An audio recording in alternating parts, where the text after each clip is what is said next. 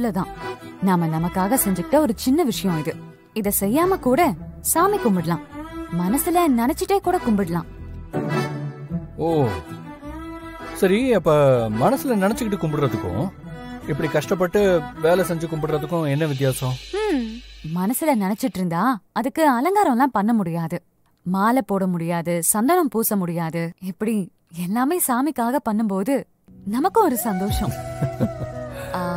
நம்ம கடவுளுக்கு ஏதோ ரொம்ப நெருக்கமா இருக்கிற மாதிரி தோணும். அதுக்காக தான் நம்ம இந்த மாதிரி விஷயத்தெல்லாம் பண்ணிக்கிறோம். பரவாயில்ல, பார்க்க அம்மன் மாதிரி தான் இருக்கு. சிவா, அம்மன் மாதிரின்னு சொல்லாதீங்க, அம்மன் தான். ஆனா இது கோவில்ல இருக்கிற மாதிரியே வரலையா நீ? சரி, உன் கையில என்ன இருக்கு? களிமண். இது என்ன? அம்மன். இதையே நீ அம்மன்னு சொல்ற, இதையே நீ களிமண்ணு சொல்ற? தப்புதான்.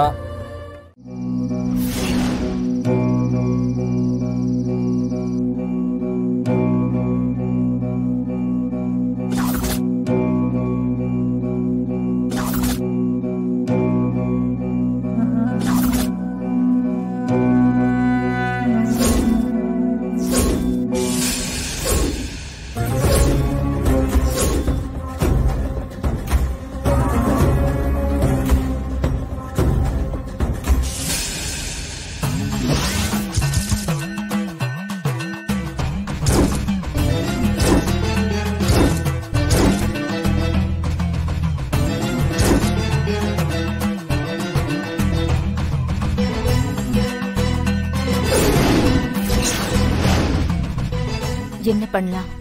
பார்க்க அழகாதான் இருக்கு, அதுக்காக விட்டுற முடியுமா?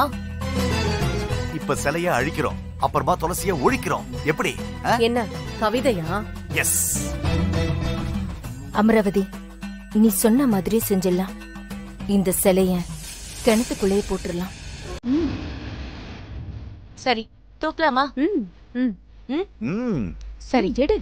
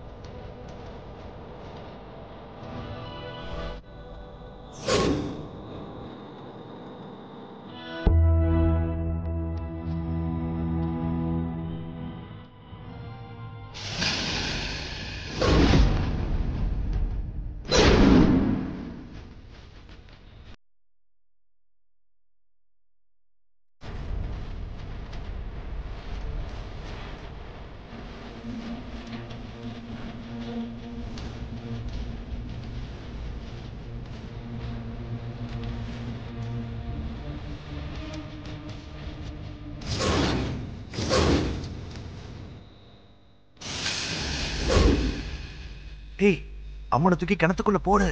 என்னது? எதுக்கு திரையை தூக்கி போய் சொல்றான்?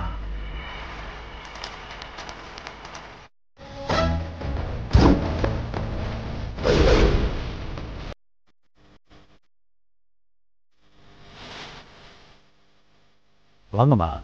சரி, வாங்க போலாம்.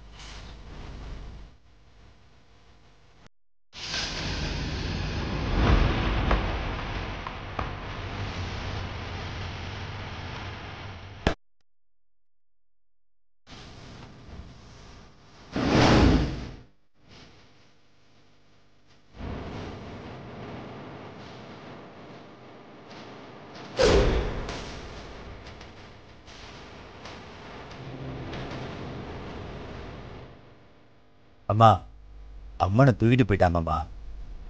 நம்ம குலதெய்வத்தை தூக்கிட்டு போயிட்டாங்கம்மா. நம்ம குலதெய்வமே போச்சம்மா. அம்மா, போலீஸ் டாக் வந்துட்டு இருக்குமா, சீக்கிரமே கண்டுபிடிச்சிடலாமா?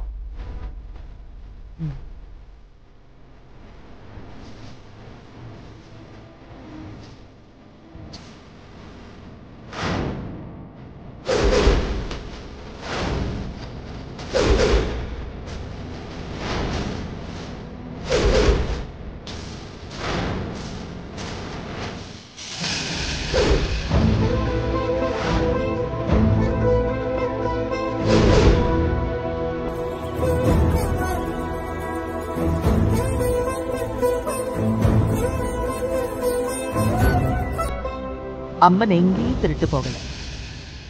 அம்மன் அவ விரும்பின இடத்துக்கு தான் போயிருக்கா. அங்க சிறப்பா இருக்கா. நாளைக்கே இங்க திரும்பி வந்துருவா. அவளை நினைச்சு இங்க யாரும் அழவும் வேண்டாம், கவலைப்படவும் வேண்டாம். இதனால கோயில் விசேஷம்லாம் நிக்க வேண்டாம். இன்னைக்கு கடைசி ஆடிவெள்ளிமா, அம்மன் இல்லாம எப்படிமா? ஓ, அது வேற இருக்கும். சரி, போய் சந்தனம் எடுத்துட்டு வாங்க.